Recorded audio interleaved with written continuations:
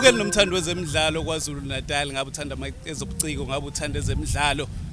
La KZN Sport TV sikuphathele yonke into, kanti ke namhlanje ngihamba ngedwa njengenjwayelo, ngihamba noNgqongqoshe walomnyango Hlonishwa Mtumaseli uGabisa. Gabisa, sikubingelele sikwamukele. Isukile kwaZulu Natal, sisemtubatuba namhlanje ngaphansi komkhandlu sifunda umkhanya kude. Kwenzakalani Gabisa?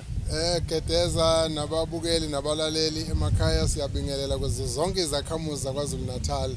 Siyathobeka kakhulu namhlanje silapha kwisifunda umkhanya kude, sikumasipala inkosi Mtubatuba, lapho sihlanganise khona bonke omasipala basemkhanya kude neprogram yethu esiqalile esithi isukile kwaZulu Natal.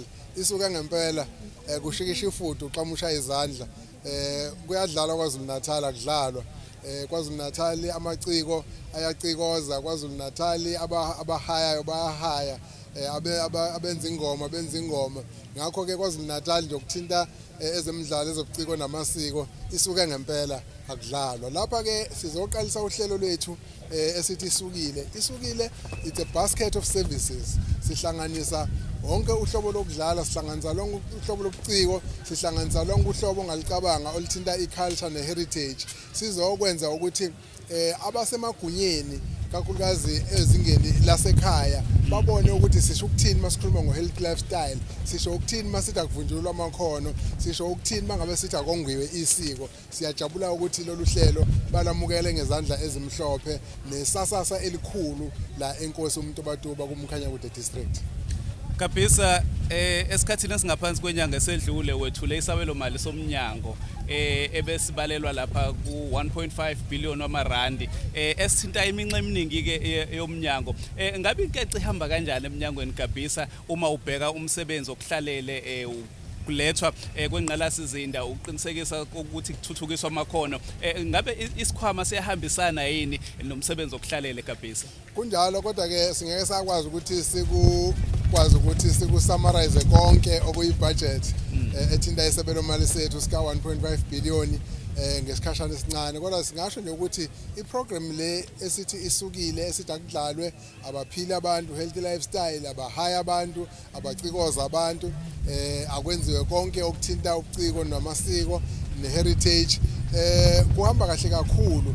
Njengoba silana nje i-district nge-district siyabele isamba semali u-447,000 ukuthi usuku lokulontsha isukile lube oluyimpumelelo. Siyajabula ke ukuthi ama-district esesihambe kuwona nala sikhona namhlanje kuyabonakala ukuthi abantu kade bakulindela okunjengaloko.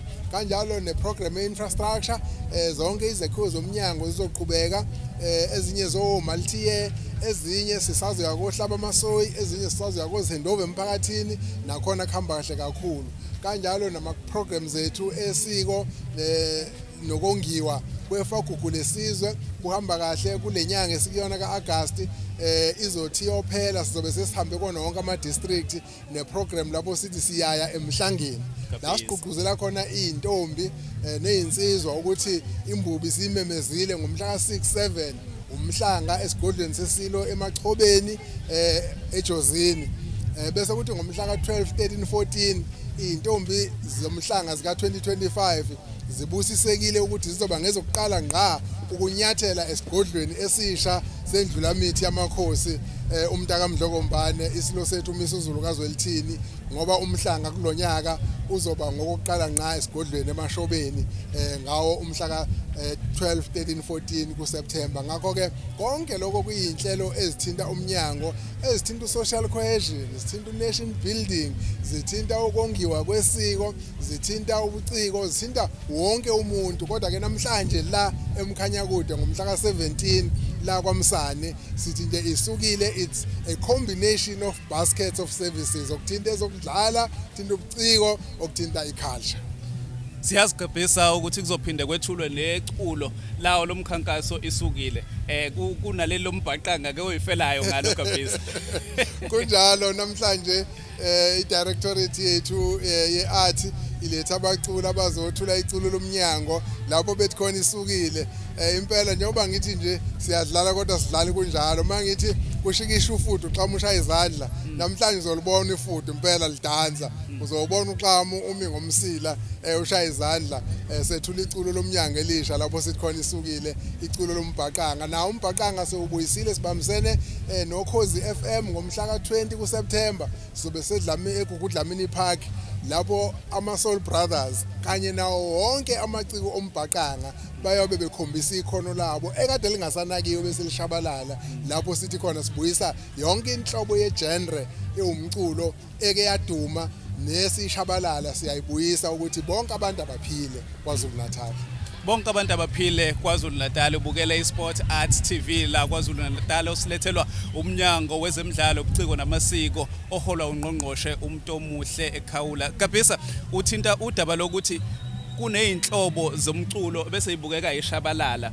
Siyajabula ukuthi kuleli culo lesukile siyawubona umbhaqanga uyasukuma uma ngeenyawo kanti labafana begqoma bayibekile phansi.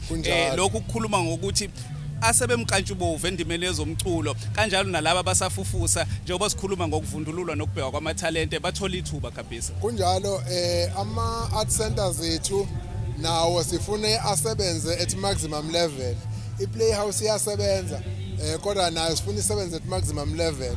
Lapha eMaritzburg besilungisa i-art center yethu i-Winston Churchill lapha eNewcastle osizweni silungisa i-art center yethu eMbazwana nakhona kune-art center yethu ekhona Olundi kune-art center yakho yethu ekhona namanye amaningi esizokwenza siwumnyango going forward ukuthi akuthi njalo ngeimpela sonto lento live music live performance yenzeke cishe kuona wonke ama-art centers ethu siwalungisela lokho kuzokwenza ukuthi abantu umculo bawuthole eduzane kodwa futhi kuzokwenza ukuthi namaciko abe nendlela yokuyiphilisa ecishe ibe every weekend kodwa futhi sigqugquzela nalento yokuthi ake bayeke manje abaculi ukuthi ngithi ngiya emculweni kwi-festival ngifike ngilalela i-CD bengingayilalela ngihlele sitting room ekhaya abaculi sibafaka manje kuma-art centers ukuthi abenze live music badanse bacule benza ama-live performances akade evele khona ngaphambilini ayesebulawa yilezi zinto ke zo-technology zokuthi sekudlalwa lezi zinto ezishumekwayo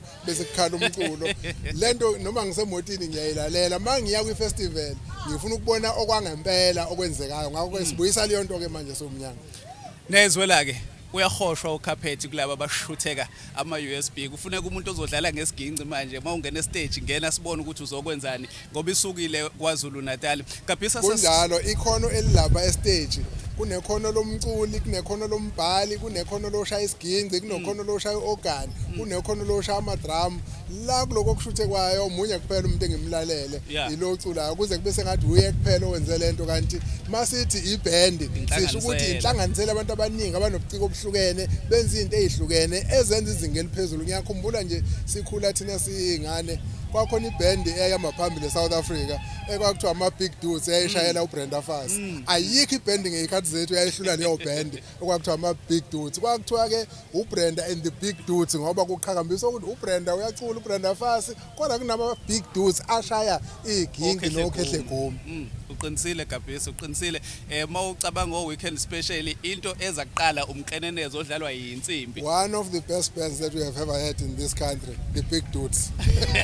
Azobuya ka Big Dudes lala kwaZulu Natal akadlala uGabisa akayifuni USB manje ufuna umuntu ozodlala ngempela uma engena estage. Gabisa siphinde sithinte kancane la kwezemidlalo sibonile ukuthi umnyango ubambisene manje nomnyango wezemfundo ukubuyisa lento kadlala Thursday iyaphela indaba yophuza Thursday manje sithi idlala Thursday. Kunjalo ezikoleni sisayine isivumelwano nomhlonishwa uHlomuka ungqongqoshe wezemfundo sigqugquzela ukuthi ezikoleni akubuye uschool sport akubuye ezobuciko akubuye ukongiwa kwesiko ezikoleni kodwa ke ukubalekelela ke ukuthi lokho esikukhulumayo sithi sikhuluma sinongqongqoshe uHlomuka kodwa babekwenza othisha siqalisa uchungechunge lokuthi sithengele izikole izinsiza zokuthi kudlalwe ezikoleni ngakho ke odlala Thursday siyabakhuluma kodwa futhi practically we are assisting schools so that they get equipment to make Dlala Thursday a reality.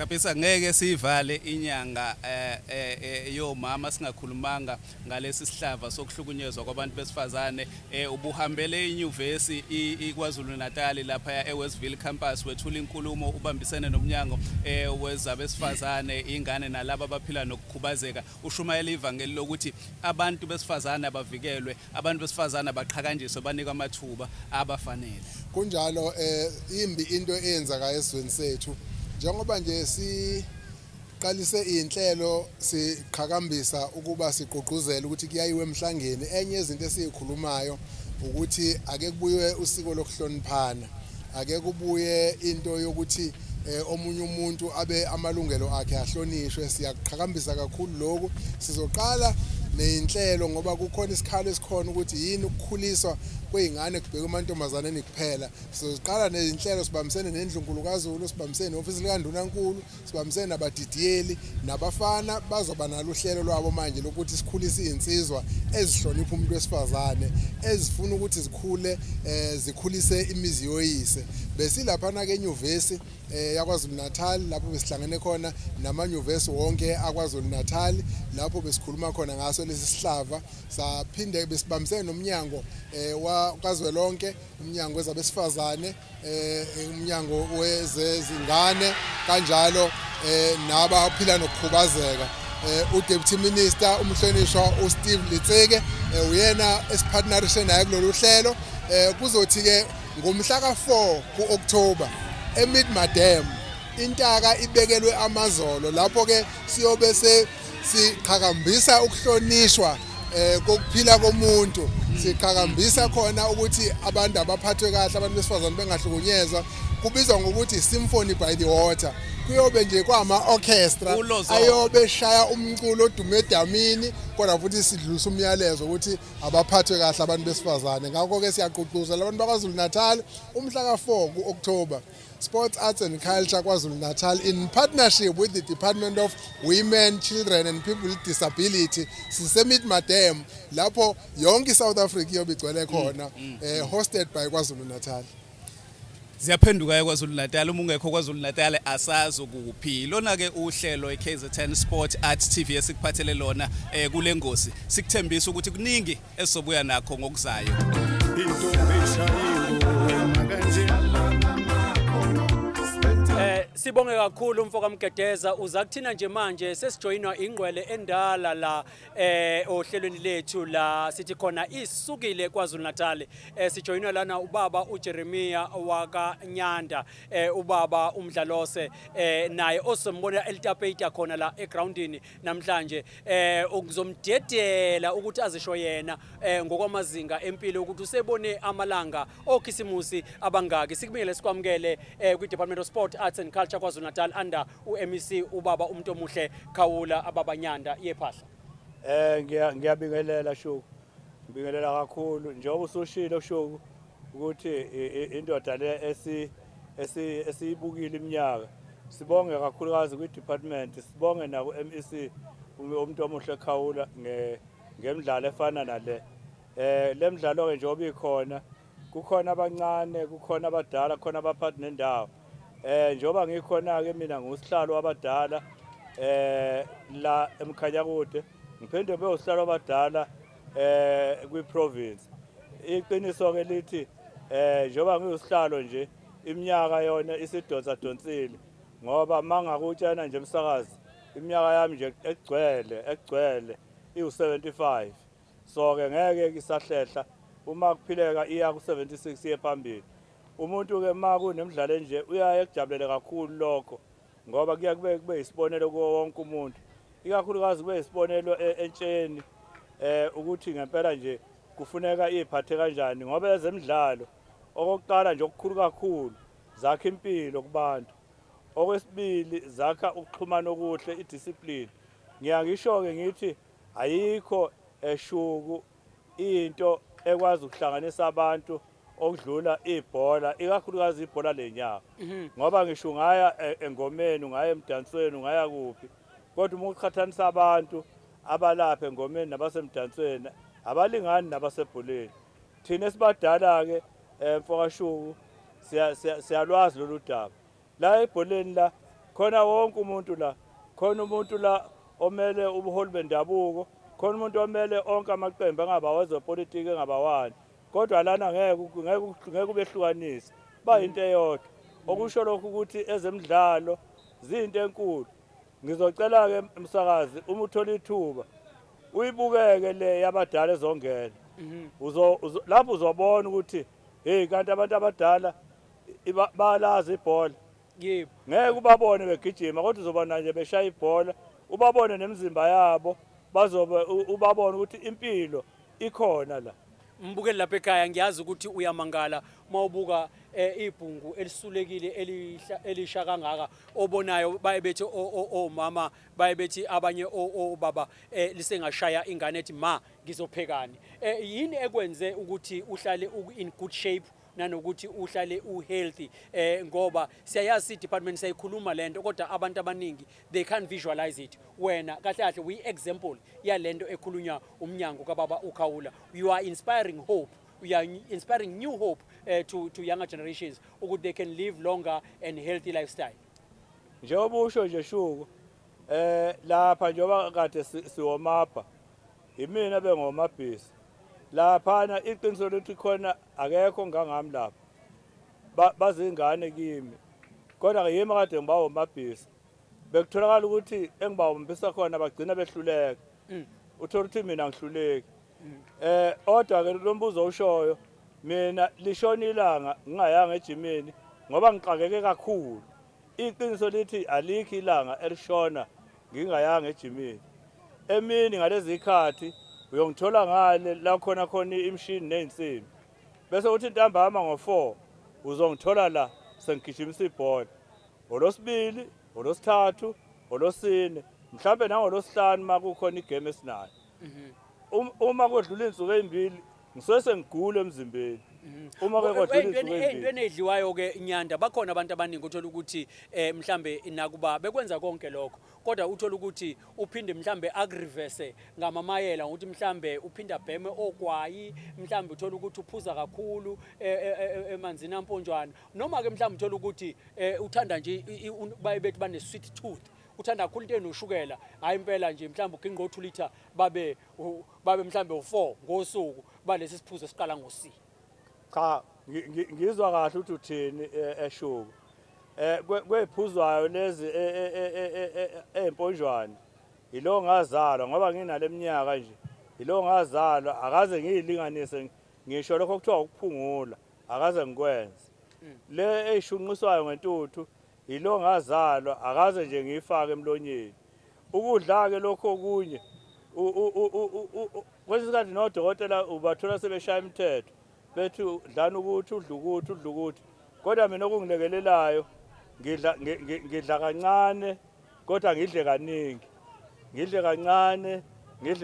uyabona nje makuwumcimbi ngiyangithanda ukuyiphakela ngoba ngifuna ukudla kancane ngidle kaningi emotweni mhlawumbe kuhlale kukhona ubanana owodwa neapple bese bakhona amanzi uyabo indlela nje engiphila ngayo le ngiyayiqikelela impela yokudla sesisho amanqoko nje kusho ukuthi kuyona yonke ifield ekudlalwa kuyona obekwa kuyona uya excela. Hayi mina ngingasho njalo ngoba uma ungathi asiye ngale ensimbini ngiyagcina sesivumelana ukuthi angibe yi-instructor. Awudingi ukuthi uzikhathe. I know siyabonga kakhulu baba Nyanda yayiphahla awuqhubeka uhamba odlise zakhe intelezi kabanana neapple. Awu noma kanjani. Siyathemba ukuthi kuzodlalwa kahle namhlanje. Mangazi ukuthi uzojabula amakwini eziphi ngoba zonke ezakho wena ngizokuthiwa yonke lemizile la KwaZulu-Natal igadwa nguwe.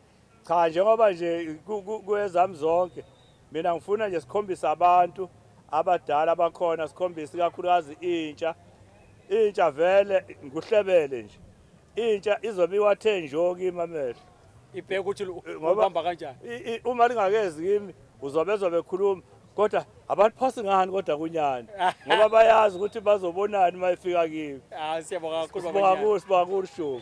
Sesithatha ke intambo siyibuyisela kuwena Mgedeza mfoka Mnyandu ukuthi mfowethu siqhubeke nohlelo siyajabula kakhulu masibambisene sila eMtubatuba enkosi Mtubatuba municipality umasipala omkhulu ke lana kuthiwa umkhanya kude kanti ke isifundazwe iyona iKwaZulu Natal sihamba lana no MEC ubaba umuntu omuhle wakaKhawula la sizothi khona isukile KwaZulu Natal sithi nawe sondela sizoyitapeta la njengoba silana nje kwezemidlalo ngale ngakolunye uhlangothi zisha ngengoma ngalo ngakolunye uhlangothi zisha ngama aerobics kanti futhi mawuphinda uthi ubheka kwezinye indawo uyathola ukuthi lalomculo omnandi wesimanje esithi contemporary music nawo futhi udlalubi ngalena impela iyobanjwa yeshone nayo sibonge kakhulu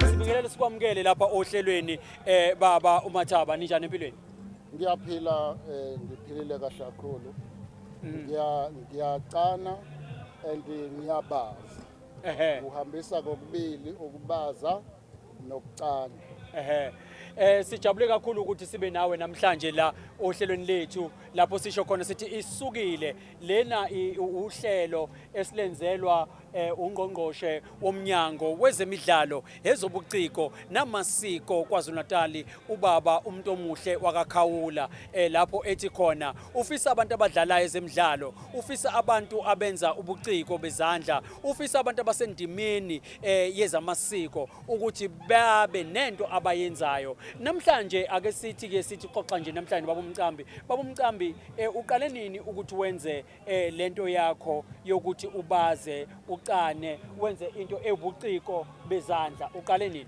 uyazi ngeke ngisasho ukuthi ngaqala nini ngoba kwasesikoleni sami ukhona umsebenzi wezandla ngalesi sikhathi ngifunda eminyakeni yabo 70 noma ngase eminyakeni yabo 70 kwakukhona isikhathi sokusebenzisa izandla ngaqala lapho ukufunda ukusebenzisa izandla sifike nawo umsebenzi sifike siuqale kwakhona esikoleni ngithe mase ngiphuma esikoleni ngangasebenza ngoba ngiphila nokukhubazeka ngavele nganamathela kule msebenzi engawufunda esikoleni bengithola ke imali ukusukela ngabo 82 emayilana nesibonelelo sokukhubazeka kodwa le mali ibihlupha ngokuthi iphele iba nekhathi lapha iphela khona mayisiphelile ivalekile kuvaleke ngisho insurance kuvaleke yonke into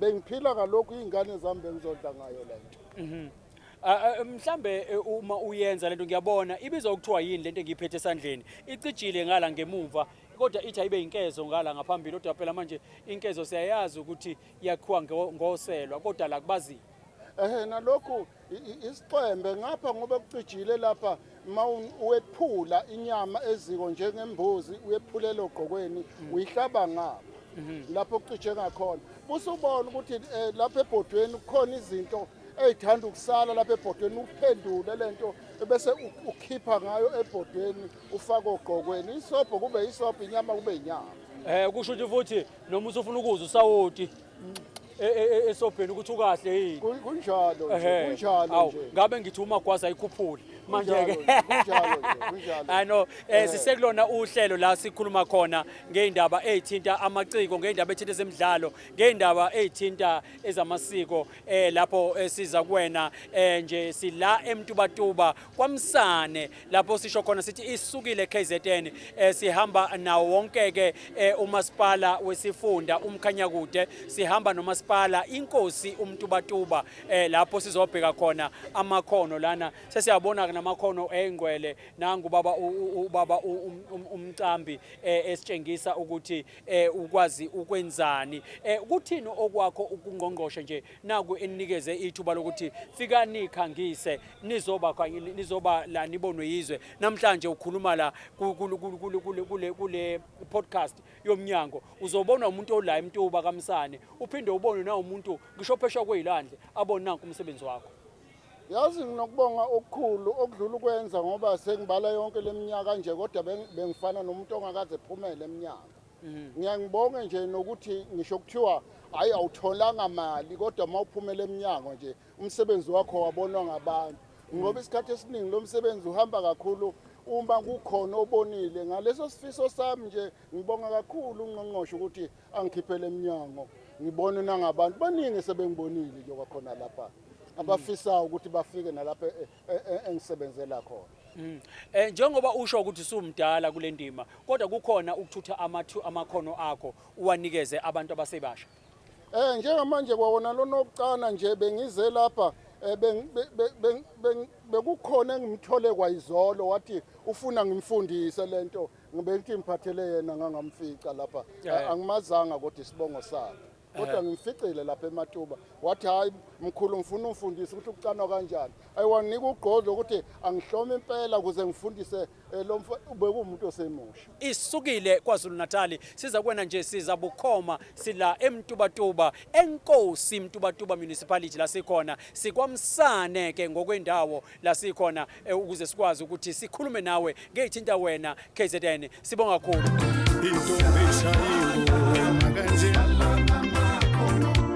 Sisha kuwena la siza sisemtubatuba kwamsane la sikhona lapho sisho khona sithi isukile KZN amaciko ke ingxaphanxapha into ongayithatha uzoyilahla uphinde uyicosha uyithinta uhambe nayo namhlanje sithi ake silandela nansi insizwa la esashaya umculo womgxobanyawo abanye bathi umbhaqanga siphethelana ubhuti ubonani umntaka Mhlongo Njomane. Ubhuti omkhulu ngiyabingelela uhlelweni lonke nje nabaphathi bonke ngiyathokoza kuba nawe. Yes, wasuyishayela phansi oba isisoka konje vele labantu bombhaqanga ilabantu ababekhalisa kakhulu odadewethu abadala. namanje webhuti lo mculo usekhona basakhala namanje abantu njengoba udepartment ekhetha ukuthi kulonyaka awube khona umculo wombhaqanga wenziwe ukuthi uyawuzwa ukuthi ukhona waselanda inkunzi umfoka Mhlongo. Umhlongo uhlangana kanjani nomculo wombhaqanga ngoba manje ngiyambheka useyibhungu nje elisa fresh abantu abaningi bakho bangakutshela bayakwayitoyisha noma bayagqomisha noma kase beyapianisha and then wena wabhaqanga. Mina umculo okuyona engikhule ngiwulalela watshalwa obhuti bami besebenza emadrobheni besafika nama record kwaba ama cassette nama CD ngawulalela kubona bewudlala hayi ngase ngilikhethe lami iqembu ngaphuma nje uJojo neSoul Brothers okuzube namhlanje ngisathanda yona. Nakuba ngicula ubonani vele unumber 1 kumina kodwa nje iSoul Brothers inendawo enhlizweni yami. So ngiyezwa ukuthiwa la ube ukuzwa uMEC ethi isukile KwaZulu Natal building an active and winning province wabe usuthi nawe uzogxuma uhlale waqhamuka nengoma yombhaqanga kodwa ethi isukile ihlanganiseke kanjani lengoma ukuthatha isikhathi singanani ukuthi ihlanganiseke nokuthi ufila kanjani ukuba ingxenye yenqophamlando.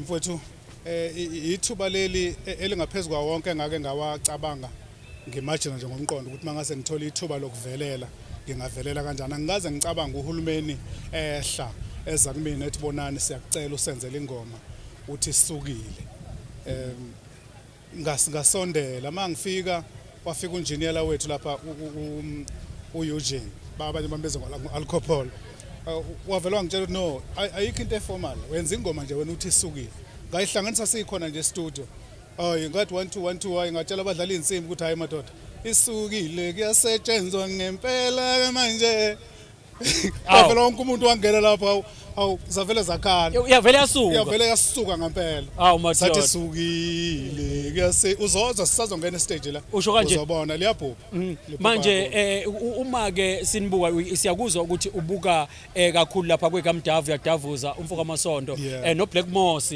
lapho oqavatha ayiqavatha awumadoda intambendeka la yini ngiyeza ukuthi ubuka kakhulu kubona wena ke bangakanani abantu osebenza nabo egroupini yakho obani abakuqongqothela insimbi. Ngisebenza noThuthukani Ncele kuma keyboard lo owayedlala kula Khidube noBhekmusi bayamazi iRasta nje udumile kwibhesi umoya wakho lalo ngokuthula bengisebenza noSicelo wakandlela lo ebedlala kwiSoul Brothers sasinayo koGuluva ke benqena ukulanda umlando omude ngisuka koGuluva lo omunye woGuluva impela ngase ngiphuma inxeba ngaba ubonana bese kuba usiboniso Zuma kwi-guitar bese kuba ubonana kuma voice edeskini kuye kuba umzamo Ndlovu kodwa la kuisukile nangu unjinela wabo uEugene ngisebenza noPhethwa kaNdlovu ngasebenza nobaba uWise wakaChiyi edlala isiginci nebass kwi-keyboard kwaba uPhethwa kaNdlovu. Okay, so abantu abaningi bayebethi umculo ngoba uconsumewa abantu banjani ukuconsume kodwa abantu umculo wakho kuyaphileka nje ngoba phela abantu abaningi bagada ama bookings bagade ukuthi kusadayiseka namhlanje idayiswa ko online ukuthi wenza njani kuma charts kuyaphileka kodwa cha futhi ngale ondlela esezingeni lomculo engiwenzayo negenre engiwenzayo ngenza kahle kakhulu. Ulomculo wethu udinga nje ukuqhuzula yabona nje uhulumeni esethinte kanje ikhona into engibona ukuthi izokwenzeka ngoba ubuloku ukhona usezingeni eliright kodwa udinga nje ukuqhuzula kancane ebese uvelela kodwa nje okwaleli izinga engikulona ngicabanga ukuthi ngenza kahle kakhulu mfowethu ngoba nakuma royalties kaSamro hayi ingane zawuthola ikhisimusi. Ungathini kubantu abathi mabebuka the new Maskandi bathu Maskandi ngazothi is eating a lot ku-share yenu ninabantu bambhaqanga ngoba mawuthi awubuka lapha ngathi if ukufuswe uMaskandi wafuswa na umculo wombhaqanga ukuthi ngenzeka ukuthi manje ingenzeka ukuthi market yenu isihambe nalabantu bamaskandi lo osukhona.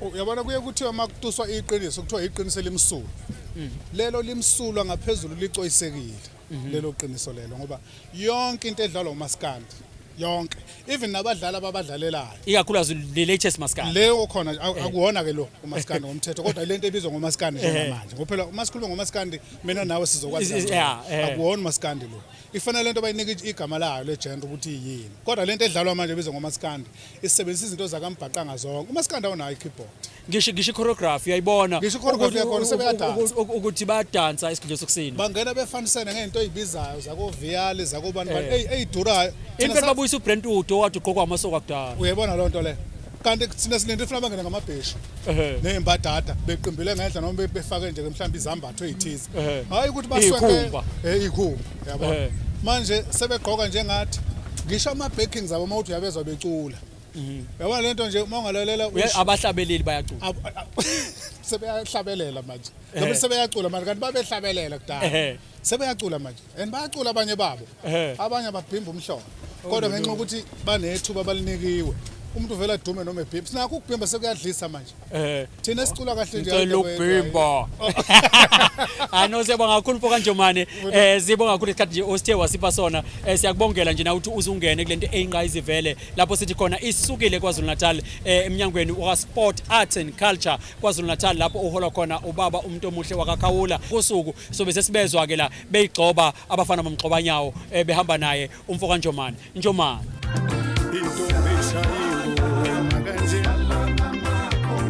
siseza kuwena nje namanje sikhona la kwaMsane enkosi Mtubatuba ngokamasipala umkhanya kude ngokwe district isifundazwe iKwaZulu Natal isifundazwe sinegama nesibongo sithi KwaZulu Natal njengamanje ngiphethe insizwa eyishaya igqomu nazo kuthiwa zikhamukene nengoma ethi isukile zicashunwe kuma district ahlukahlukene kodwa ngizothatha nangu uThabekhulu la ukuthi ngithi akaba introduce ukuthi yena ubani uhamba nabo bani nobani mfoka Thabekhulu siyakwamukela sicela ukuthi sitshele uhamba nabo bani namhlanje la studio ngiyabingelela igama lami ngosabelo ngokaMpanza kodwa ngokwe-stage name ngosabelo the music ngihamba nomfoka Ndlovu ngapha nomfoka Mlondo ngapha sisuka kuma district ahlukene omunye usuka eZululand mina ngosuka eZululand omunye umkhanya kude omunye iKingcetshwayo kodwa ke asiphelele ngomthetho wakhona siba u6 no hayi vele wona kwenkathi uyothumela amanxusa uma uyocela isihlobo esihle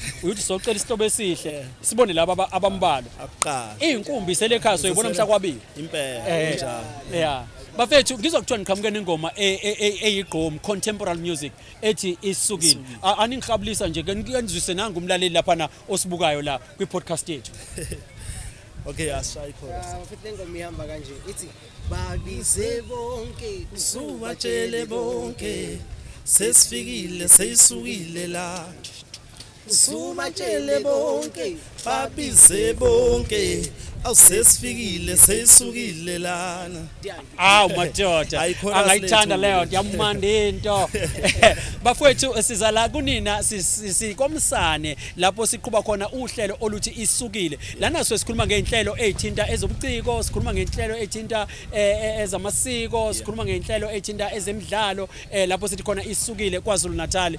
Sikhuluma nawe nje ngaphesheya lapha siyabona siyasha isicathulo impela siyabona amagoli angena ubuthohlothohlo nani ke ngala nithi ke nani nibambile ngala la nithi isukile khona ngaphandle kokuthi nize nithole le project ukuthi nizoqamba ingoma ngo isukile KZN kukhona yini okunye ebenikwenza noma imisebenzi ebeniyenza noma into sesingayilindela ke manje going forward ngoba ngiyezwe ngathi nihlanganiswe ukuthi benkade uscoutwa la kuma district wenu kwatholakala nina and then can we expect anything from you guys?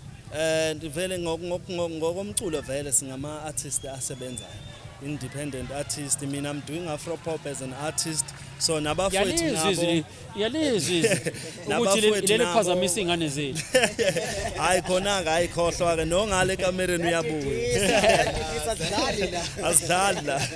So nabafowethu ke nabo bakhona kwi-industry, sonke sikhona kwi-industry, basibize ngoba vele sikhona egamini, just that ke sisakuyi-foundation siyabuilda siyangena kodwa nje kulokho sithi sukile.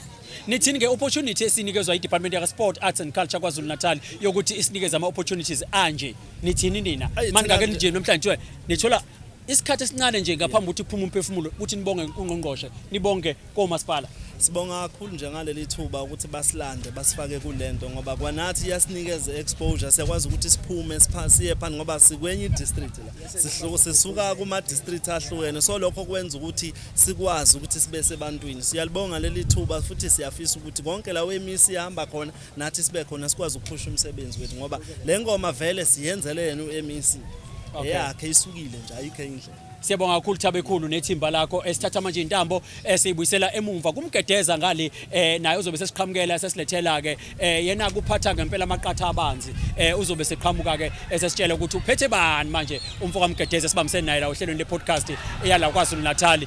Sisho khona sithi nje sonke sithi isukile KwaZulu Natal. Siyabonga.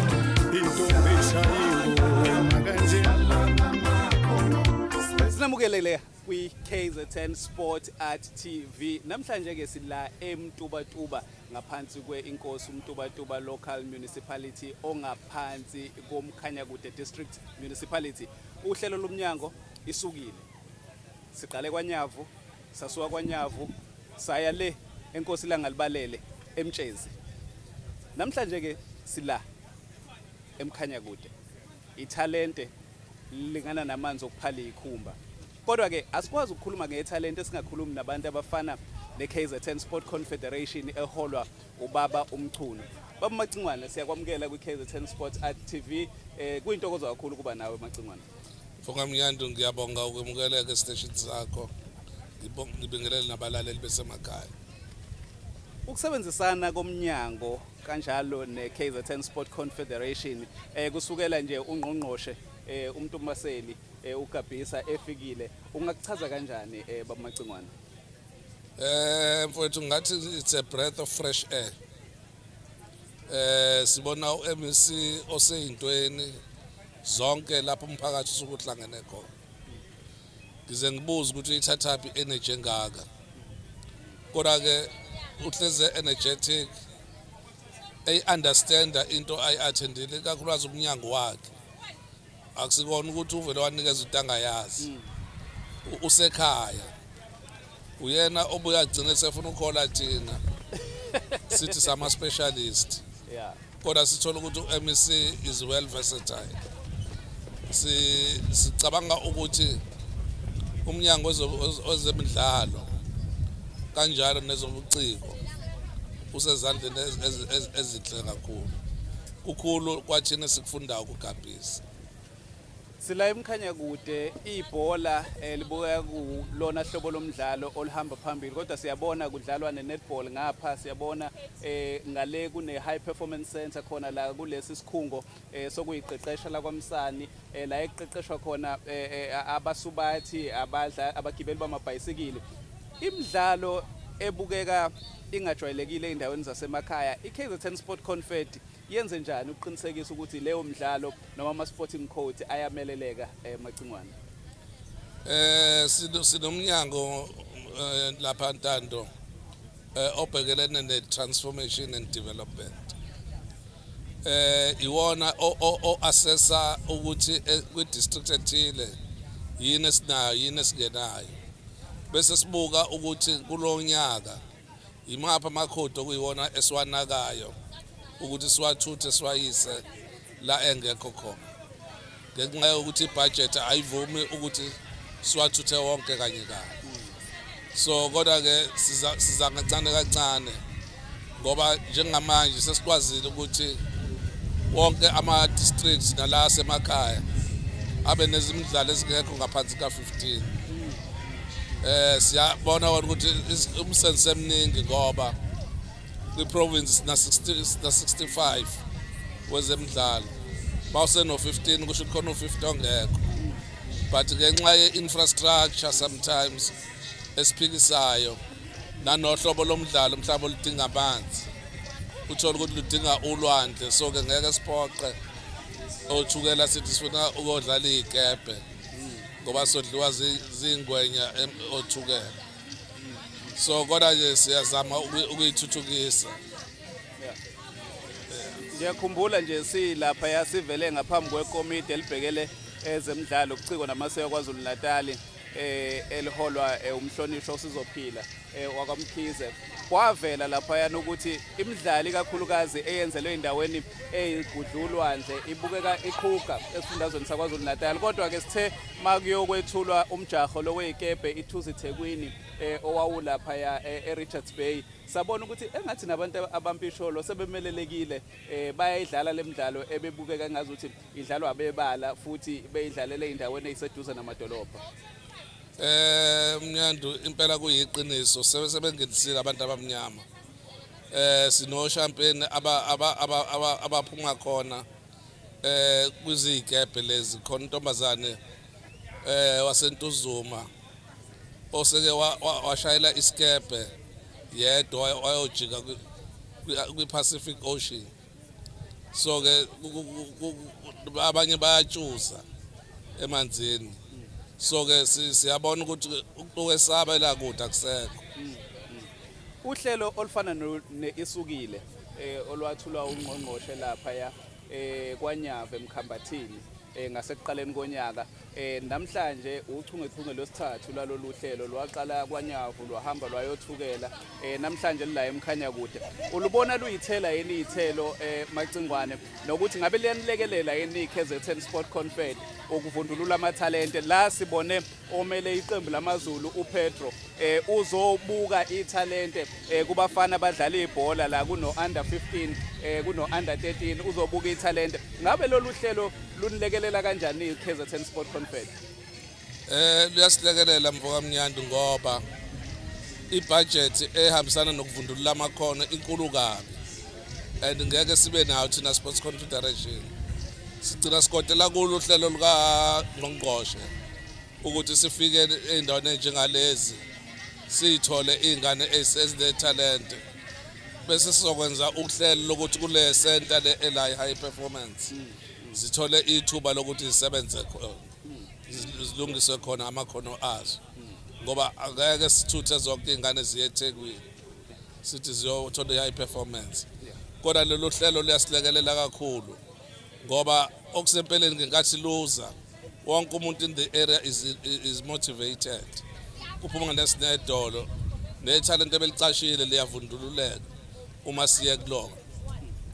Usabukele iKZN Sports Arts TV la emnyangweni wezobuciko ezemidlalo namasiko kwaZulu Natal oholwa ungqongqoshe umhlonishwa umuntu omuhle Khawula, kanti la esihlalweni sihleli nomengameli weKZN Sport Confederation ubaba uThami Mchunu. Macingwane sesokudedela isifundazwe simeleleke kahle manje lapha ya kwiBetway Premiership siyabona amaqembu naku-NFD futhi simeleleke kahle. Ngabe lokho kwenza ni abaqondisi bezemidlalo esifundazweni nizizwe kanjani nokuthi ikuphi enifisa ukubona uma kuphela isizini lesikuyona? Mfowethu sineqholo elihle kabi njengoba sikwazile upromote ama-team awu-2. Sapromota kusuka kwi-National First Division kwangena iDurban City sapromoter kusuka kwi-ABC Matsepe kwangena i-Midlands Wanderers. So ke lokho kukhomba umsebenzi omkhulu owenzakalayo, and ngeke ngikushiye ngemuva ukuthi uGabisa ube khona kwenzeka zonke lezo zinto esesekele. Kodwa ke okunye okukhulu esithi sifuna ukubona iMilford ukuthi nayo enyuke isihlalile manje ku-National First Division ukuze iyeke i-Wanderers kube yiyona ezinza lapha ezansi nayo ibuye ilandele. Kodwa ke ilasisa nenxeba khona nokuyilona engifuna ukulisukumela ukwakha ithimba elizozama ukuqhamukela neyincomo zokuthi singenze njani theze ama-ground agcwale, ngoba ama-ground ethu awagcwale. Not only isoccer, irugby nayo ikhona inkinga ekhona ukuthi ayinakekile, ngoba uthola ukuthi khona istand esibhandishiwe esingakhokhisa imuntu, ngahlezi imuntu. I-cricket abantu ababona, so leyo nto engicabanga ukuthi iyasilimaza ngoba i-advantage yokudlala ekhaya ama-teammate awabi nayo, agcine se-overpower ama-supporters okuhamba. Kodwa engathi bekungconywana ngesikhathi kudlala i-Premiers Cup lapha eMhlathuze, i-stadium esisha ezivuselelwe kabusha, kwabukeke ngazi ukuthi impela abantu bebephume ngobuningi babo macingwane. Mhlambe ithemba singasho sithi Thokola Themba Mathunza yewukela engathi kuyogcina kungconywana. No, sinalo ithemba mawukhumbula lapha mfowethu iweather yayinzima kabi, kodwa abantu bakhombisa ukulangazela ibhola, baphuma khona kunjalo. Akuwona umsebenzi ongeke wenzeke. Masibuka okwenzeka lapha ku-Premiers Cup ukhomba ukuthi umsebenzi ongenzeka masihlanganisa amakhanda ndawonye. Sithokoze kakhulu baba Macingwane ngesikhathi sakho. No, siyabonga mfowethu Kamnyanto. Ziyaphenduka eKwaZulu Natal, uma ungekho KwaZulu Natal asazi ukuphi. Lona ke uhlelo iKZN Sport Art TV esikuphathele lona kule ngosi. Sikuthembisa ukuthi kuningi esizobuya nakho ngokuzayo kuze kube ngokuzayo. Siyathokoza. Isugile kuyasetshenzwa